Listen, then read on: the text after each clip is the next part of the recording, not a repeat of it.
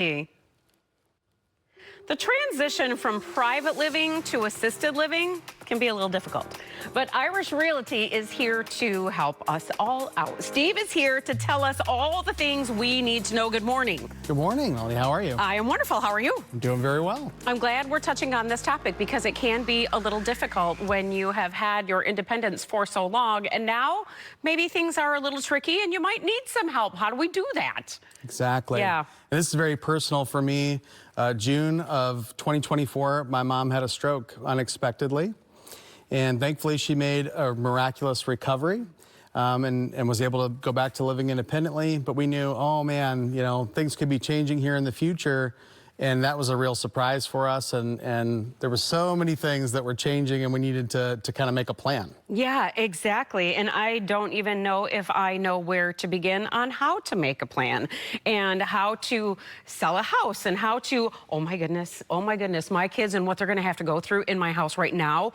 If that were to happen to me, like how to sift through all this stuff. And I don't know, can you walk us through some different things that we need to think about? Absolutely. First of all, I encourage you to contact some professionals. You know, I was able to talk to a estate planning attorney. And again, it's like, oh, you prepare for what happens if your loved one passes, but what happens if they live and need long-term care or all these different things. And so there's a lot to think about there.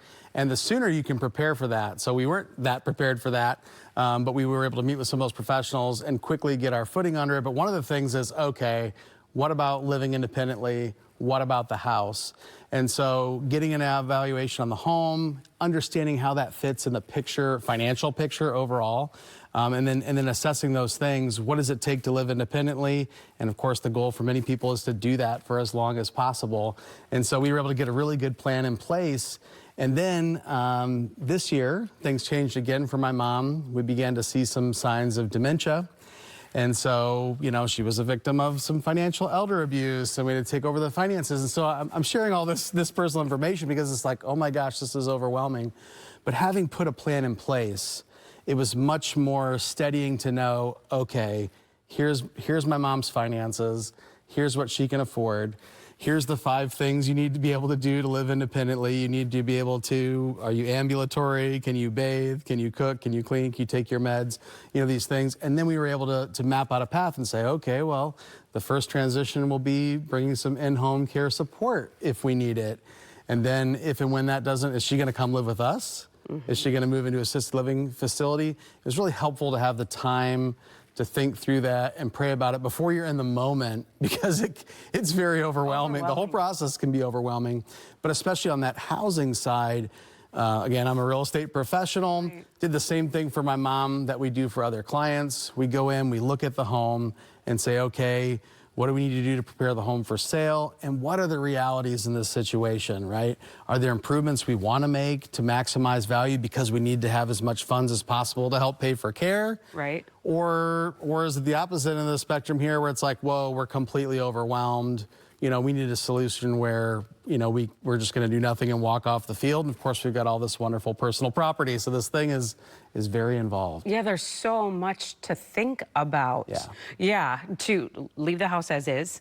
And I would think, yeah, we need as much money as we can to help in the assisted living, which is great. So we want to do more to the house, but is it worth it to do that to the house? Are we going to get enough to be able to balance it out and really make any kind of significant dent? So you, as a real estate company, would be able to help someone like me walk through my house and figure out if it's actually worth it.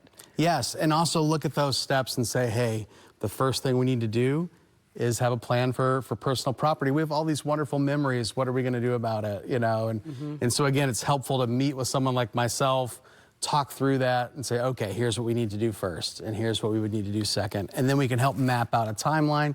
And for many people, you're going to need support and resources, right? Oh my gosh, if I have to go through this myself, I don't have any siblings in town to help me out, you know. There are estate companies that can help sell and distribute property. There's all kinds of things that you can do. And we've got a lot of tools in our toolkit. And I'm telling you, thinking about it now, asking the questions, knowing what your options are, makes it so much easier when you find yourself in that moment to say, oh my gosh, I'm so glad we asked these questions. And then, yeah, for my mom, it came time where she said, I don't think I want to live alone anymore. And we said, well, Mom, here's the options. You know, we can, you know, find a property close to us that you can rent, or you can move assisted living. And we were able to make a smooth transition there. Yeah, you already had it all in place. Yeah. That was perfect. Thank you for all of the insight and for sharing such a personal story to help all of us. I appreciate that very much. We all do. If you would like to learn more about Irish Realty, just head to the website that's on your screen. And don't forget to check them out on social media.